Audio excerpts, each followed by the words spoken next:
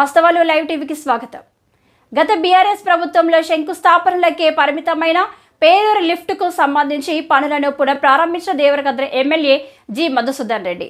పక్కనే కోయిల్ సాగర్ ప్రాజెక్టు ఉన్నప్పటికీ తమ పొలాలు ఎత్తైన ప్రదేశంలో ఉండడంతో సాగునీరు అందక పేరూరు ప్రాంత రైతులు అనేక ఇబ్బందులు పడుతున్నారు. కొత్తగా నిర్మిస్తున్న కర్వేనా ప్రాజెక్టు నుంచి సైతం పేరూరు ప్రాంత రైతాంగానికి సాగునీరు అందే పరిస్థితులు లేకపోవడంతో దేవరకద్ర ఎమ్మెల్యే జి మధుసూదన్ రెడ్డి పేరూరు ప్రాంత రైతులపై ప్రత్యేక దృష్టి సారించి గత ప్రభుత్వంలో కాగితాలకు శంకుస్థాపనలకు పరిమితమైన పేరూరు లిఫ్ట్ విషయంపై ముఖ్యమంత్రి ఇరిగేషన్ మంత్రివర్యులతో చర్చించి గత ప్రభుత్వంలో పెండింగ్లో ఉన్న పేరూరు లిఫ్ట్ పనులకు పునఃప్రారంభించారు.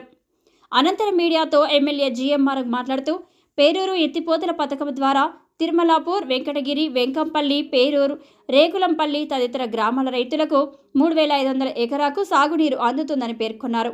సంవత్సరం వ్యవధిలోనే పేరూరు ఎత్తిపోతల పథకం పనులు పూర్తి చేసి ఆయకట్టు రైతాంగానికి నీరు అందిస్తామని తెలియజేశారు.